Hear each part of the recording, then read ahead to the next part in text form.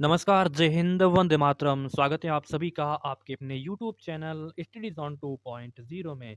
SSC GD exam के लिए जो आपका 2025 एग्ज़ाम का जो आज हमारा तीसरा टॉपिक रहने वाला है, जलवायु गतिविधियाँ।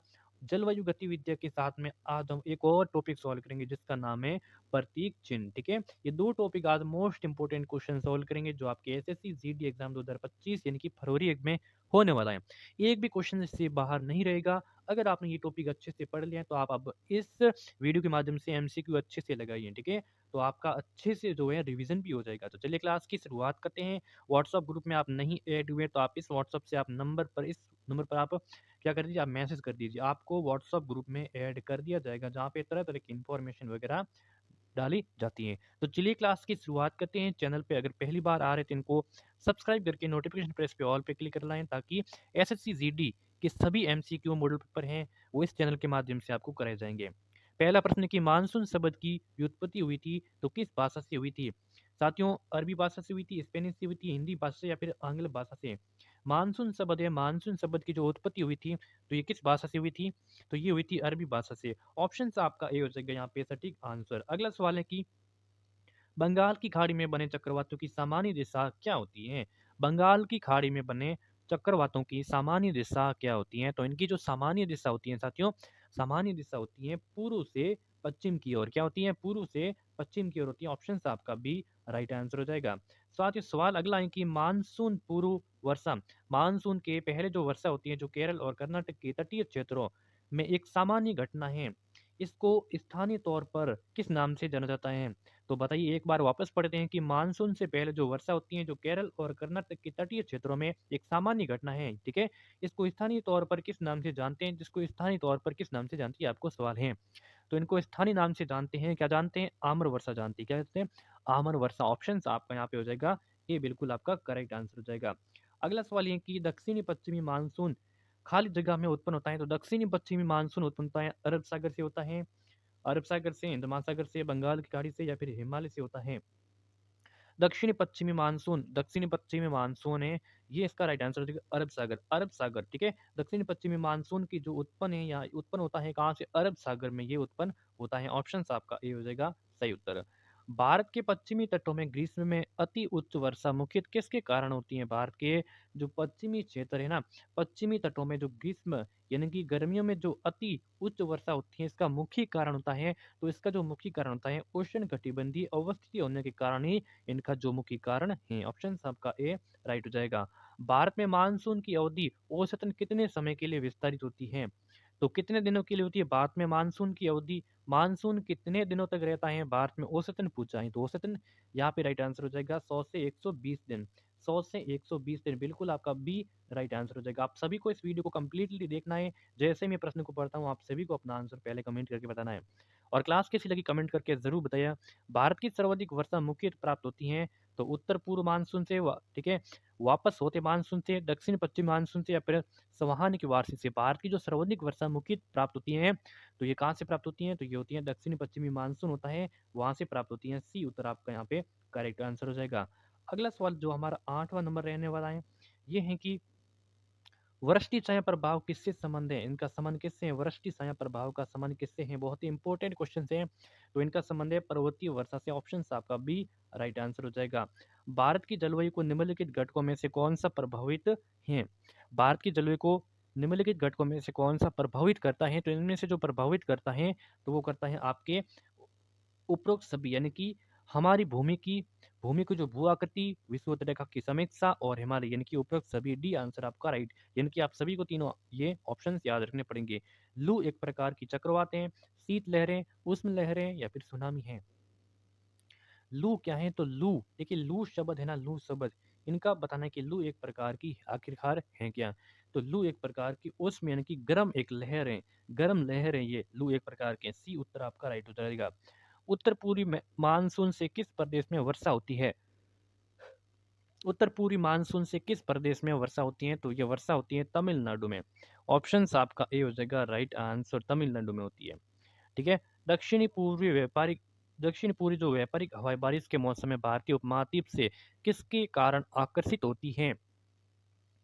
तो ये आकर्षित होती हैं उत्तर पश्चिमी भारत में कम वायुदाब होने के कारण आकर्षित होती है। ऑप्शन आपका ए राइट आंसर। अगला सवाल है, भारत के दान के प्रदेश खाली जगह सेमी से अधिक वर्षा वाले क्षेत्रों में स्थित है। देखिए, भारत के दान के जो क्षेत्र प्रदेश हैं, ठीक है, धान के प्रदेश से वो 100 सेमी से अधिक वर्षा वाले क्षेत्रों में ही होते हैं। ठीक है, धान के प्रदेश। ऑप्शन आपका सी राइट उत्तर। निम्नलिखित में से कौन सी एक प्रकार की जलवायु का छत्तीसगढ़ राज्य में फैलाव पाया जाता है? तो इनमें से जो है वो आर्द्र दक्षिणी पूर्व है। ऑप्शन आपका ए हो जाएगा राइट उत्तर। अगला सवाल ये है कि खाली जगह में स्थानीय तूफानों को आम बौछार कहा जाता है, जो आम की फसल पकाने में मदद करता है। तो राइट आंसर यहाँ पे हो जाएगा केरल। ठीक है, केरल में स्थानीय तूफानों को आम बौछार कहा जाता है, आम की फसल को पकाने में मदद करते हैं। वर्ष में 50 सेमी से कम वर्षा वाला स्थान यानी कि क्षेत्र कौन सा है? वर्ष में, ठीक है, वर्ष में 50 सेमी से कम वर्षा वाला क्षेत्र कौन सा है? मेघालय है, कश्मीर में लेह है, कोरोमंडल तट है, कोंकण तट है। तो राइट आंसर की बात करें तो यहाँ पे कौन सा हो जाएगा? बिल्कुल आपका यहाँ पे हो जाएगा कश्मीर में लेह। कश्मीर में लेह बी आंसर बिल्कुल आपका राइट। भारत के उत्तरी मैदानों में शीतकालीन में जो वर्षा होती है, भारत के उत्तरी मैदानों में शीतकालीन में वर्षा होती है, तो ये होती है पश्चिमी विक्षोभ से होती है। ऑप्शन आपका ए। जो यानी कि शीतकालीन में जो वर्षा होती है ये पश्चिमी विक्षोभ से होती है। ऑप्शन आपका ए राइट। भारत के निम्नलिखित में से किस स्थान से शीतकालीन के दौरान उच्चतम वायुमंडलीय दाब अनुभव किया जाता है? ठीक है, तो राइट आंसर यहाँ पे हो जाएगा कौन सा? राइट आंसर हो जाएगा लेह। Option B correct answer. अगला है कि भारत में सर्दियों के दौरान खाली जगह से आने वाली हवाएं शीत लहर का कारण बनती हैं। ठीक है, ये सभी क्वेश्चन अप्लाइड हैं, चाहे आरआरबी ग्रुप का हो चाहे एसएससी का कोई भी एग्जाम हो। ठीक है, तो अप्लाइड क्वेश्चंस है। तो यहाँ पे हिमालय हो जाएगा राइट ऑप्शन। भारत में सर्दियों के दौरान हिमालय से आने वाली हवाएं शीत लहर का कारण बनती हैं। अगला है कि अक्टूबर की जो गर्मी होता है इनका प्रमुख कारण क्या होता है? अक्टूबर गर्मी, अक्टूबर हीट का प्रमुख कारण क्या होता है? तो इनका जो प्रमुख कारण होता है उच्च आर्द्रता के साथ संबंध, उच्च तापमान। Options B will be the correct answer. लू गर्मी के मौसम के दौरान खाली जगह में उत्पन्न होकर आसान क्षेत्रों की ओर उड़ती हैं। तो आसान क्षेत्रों की ओर उड़ती हैं राजस्थान में। ऑप्शन यहाँ पे सी राइट आंसर। लू होती हैं ये गर्मी के मौसम के दौरान राजस्थान में उत्पन्न होकर आसान क्षेत्रों की ओर बढ़ती है, राजस्थान में। ठीक है, उत्पन्न होती है। निम्नलिखित में से कौन सा भारत का सबसे अधिक आर्द्र स्थान है? भारत का सबसे अधिक आर्द्र स्थान कौन सा है? तो वो है आर्द्र स्थान यानी कि ठंडा मासिनराम और मासिनराम जो मेघालय में है। अगला क्वेश्चन है कि उपोष्ण उच्च दाब कटिबंधों से भूमध्य रेखा की ओर बहने वाली भूमंडलीय पवनों को क्या कहते हैं? तो पश्चिमी पवने, डोल ड्रम, अगले ऑप्शन ध्रुवी पवने या फिर व्यापारिक पवने। तो राइट आंसर यहाँ पे हो जाएगा व्यापारिक पवने। ऑप्शन आपका डी करेक्ट आंसर। निम्नलिखित में से किस राज्य में दक्षिण पश्चिमी मानसून से बहुत कम वर्षा होती है? निम्नलिखित में से किस राज्य में दक्षिण पश्चिमी मानसून से बहुत कम वर्षा होती है? तो कम वर्षा होती है यहाँ पे तमिलनाडु में, राजस्थान है, कर्नाटक है, पंजाब है। इसमें क्या होती है कि जो वर्षा होती है वो अधिक होती है किससे? दक्षिण पश्चिमी मानसून से, लेकिन तमिलनाडु में कम होती है। हिमाचल प्रदेश में स्थित लाहौल लाहौल और स्पीति घाटियां कुल्लू घाटियां से खाली जगह द्वारा जुड़ी हुई हैं। तो राइट आंसर यहाँ पे हो जाएगा रोहतांग दर्रे से। Option A correct answer. समुद्र तटीय प्रदेशों में किस प्रकार की जलवायु पाई जाती है? समुद्र तटीय प्रदेशों में किस प्रकार की जलवायु पाई जाती है? तो सम जलवायु पाई जाती है। ऑप्शन आपका ए बिल्कुल करेक्ट आंसर हो जाएगा। ठीक है, अगला है कि अमीन दीव और मिनिकॉय किस भारतीय केंद्र शासित प्रदेश के हिस्से हैं? अमीन दीव और मिनिकॉय किस भारतीय केंद्र शासित प्रदेश के हिस्से हैं? लक्षद्वीप के, लक्षद्वीप। डी आंसर बताने वाले सभी साथी राइट आंसर हो जाएगा। गर्म शुष्क मौसम के दौरान भारतीय उपमहाद्वीप पर निम्नलिखित में से किस क्षेत्र में निम्नतम दाब रहता है? तो राइट आंसर की आपकी बात करें तो यहाँ पे पश्चिमी उत्तर भारत हो जाएगा, सी उत्तर सही। निम्नलिखित में से भारत के किस स्थान पर वर्ष में न्यूनतम वर्षा होती है? तो न्यूनतम वर्षा कहाँ पे होती है? तो न्यूनतम वर्षा होती है कहाँ पे? लेह में। लेह में। ऑप्शन आपका बी राइट आंसर हो जाएगा। भारत में मानसून की उत्पत्ति निम्नलिखित पवनों में किसके द्वारा होती है? भारत में मानसून की उत्पत्ति निम्नलिखित पवनों में किसके द्वारा होती है? तो ये होती है दक्षिणी पश्चिमी पवन के द्वारा होती है। याद रखना, दक्षिणी पश्चिमी पवन के द्वारा। ऑप्शन आपका ए। भारत के किस राज्य में मानसून का आगमन सबसे पहले होता है? भारत के किस राज्य में मानसून का आगमन सबसे पहले होता है? तो ये केरल में होता है। कहाँ पे? केरल में। डी उत्तर बिल्कुल आपका राइट उत्तर। भारतीय जलवायु क्या कहलाती है? तो भारतीय जलवायु कहलाती है उष्ण कटिबंधीय मानसूनी। उष्ण कटिबंधीय मानसूनी। बी उत्तर आपका करेक्ट आंसर। अगला सवाल है कि एल निनो का उद्भव होता है। तो एल निनो का उद्भव ज़्यादा इम्पोर्टेंट तो आप इसको नहीं कर सकते, फिर भी आपको पढ़ना है। तो प्रशांत महासागर से होता है। ठीक है, ऐसे क्वेश्चनों को हम जल्दी जल्दी करेंगे। भारत के उत्तरी पश्चिमी मैदान में पश्चिमी विक्षोभ से जोड़े में जाड़े में होने वाली जो वर्षा मात्रा क्रमश कम होती है, तो किसकी ओर कम होती है? तो ये होती है, देखिए, पश्चिम से पूर्व की ओर। पश्चिम से पूर्व की ओर। नगरीय वर्षा जल संग्रहण के लिए निम्नलिखित में से कौन सी पद्धति उपयुक्त नहीं है? नगरीय वर्षा जल संग्रहण के लिए निम्नलिखित में से कौन सी पद्धति उपयुक्त नहीं है? तो यहाँ पे उपयोग है वो ये भी है, पुनर्भरण कुआं भी है, पुनर्भरण खाई भी है, लेकिन अवनलिका प्लग नहीं है। ऑप्शन आपका सी राइट। भारत के किस क्षेत्र में ग्रीष्मकालीन मानसून सर्वप्रथम आता है? भारत में किस क्षेत्र में ग्रीष्मकालीन मानसून सबसे पहले आता है? तो ये पश्चिमी घाट से आता है। सी उत्तर बिल्कुल आपका राइट उत्तर हो जाएगा। ठीक है, अगला क्वेश्चन। मई माह में उष्ण कटिबंधीय चक्रवातों का जो कारण होता है वो क्या होता है? तो मई माह में इसका जो मुख्य कारण होता है वो स्थानीय तापांतर के कारण होता है। स्थानीय तापांतर। ठीक है, सी उत्तर बिल्कुल आपका राइट उत्तर हो जाएगा। निम्नलिखित में से किस क्षेत्र में ग्रीष्म मानसून के दौरान अधिकतम वर्षा होती है? निम्नलिखित में से किस क्षेत्र में ग्रीष्म मानसून के दौरान अधिकतम वर्षा होती है? 38 का राइट आंसर हो जाएगा, उत्तरी पूर्वी पहाड़ी क्षेत्र के कारण। ठीक है, बी उत्तर राइट। एल निनो है, तो एल निनो क्या है? तो एल निनो गर्म जल धारा है। गर्म जल धारा। बी उत्तर आपका राइट उत्तर। भारत में निम्न में से किस तटीय प्रदेश में उत्तर पूर्वी मानसून से वर्षा होती है?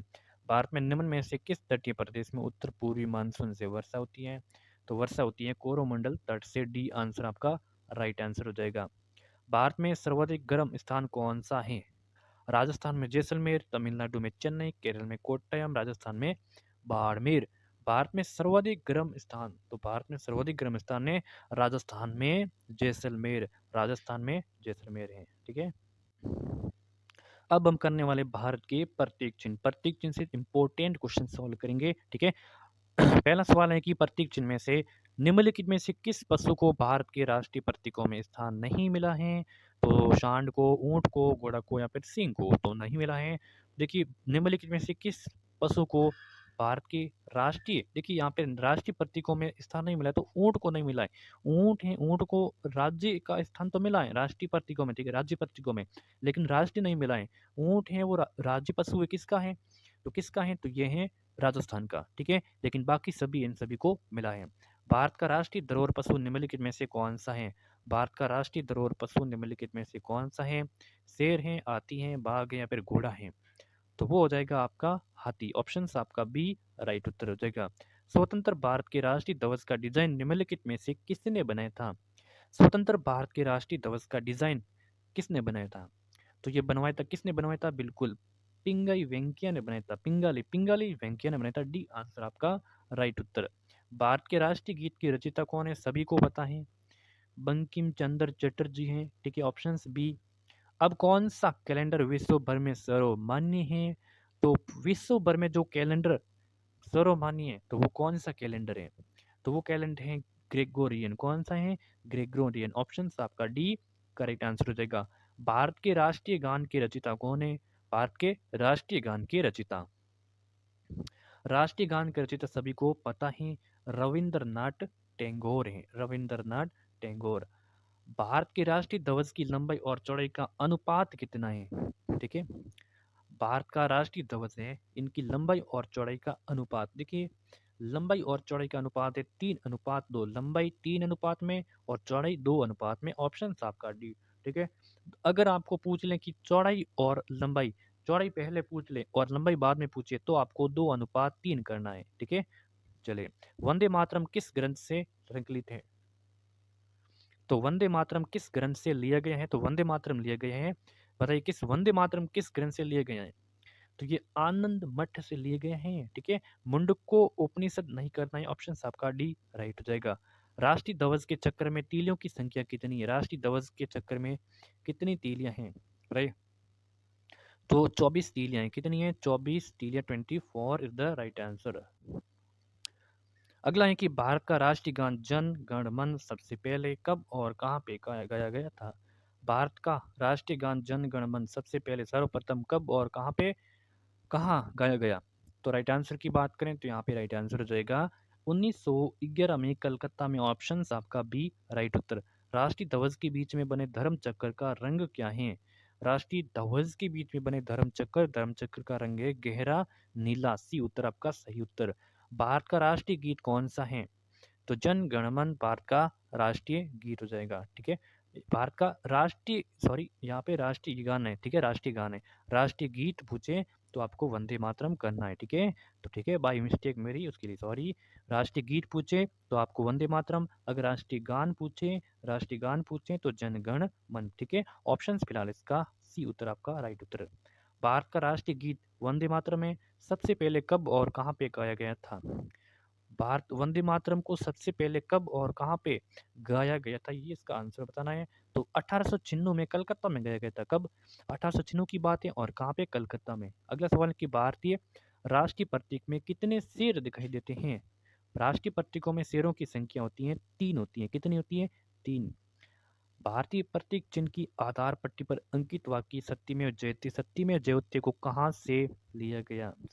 सत्यमेव जयते को कहाँ से लिया गया? तो ये लिया गया, कहाँ से लिया गया? तो लिया गया मुंडको उपनिषद से, मुंडको उपनिषद से। डी उत्तर आपका राइट उत्तर हो जाएगा। भारत का राष्ट्रीय आदर्श वाक्य क्या है? भारत का राष्ट्रीय आदर्श वाक्य क्या है? तो आदर्श वाक्य की बात करें, आदर्श वाक्य हो जाएगा सत्यमेव जयते, सत्यमेव जयते। भारत का राष्ट्रीय पंचांग किस पर आधारित है? भारत का राष्ट्रीय पंचांग किस पर आधारित है? तो ये संख संवत पर आधारित है, ऑप्शन आपका यहाँ पे ये हो जाएगा राइट उत्तर, ठीक है। तो आज हमने सॉल्व करिए 2 टॉपिक, जलवायु और प्रतीक चिन्ह। क्लास कैसी लगी? लाइक शेयर एंड सब्सक्राइब कर देना। आगे भी आपको ऐसी क्लासें मिलती रहेंगी, एसएससी जीडी या फिर कोई भी एग्जाम के लिए। तो चैनल को आज से ही सब्सक्राइब करके नोटिफिकेशन प्रेस पे ऑल पे क्लिक कर लेना, ठीक है। धन्यवाद।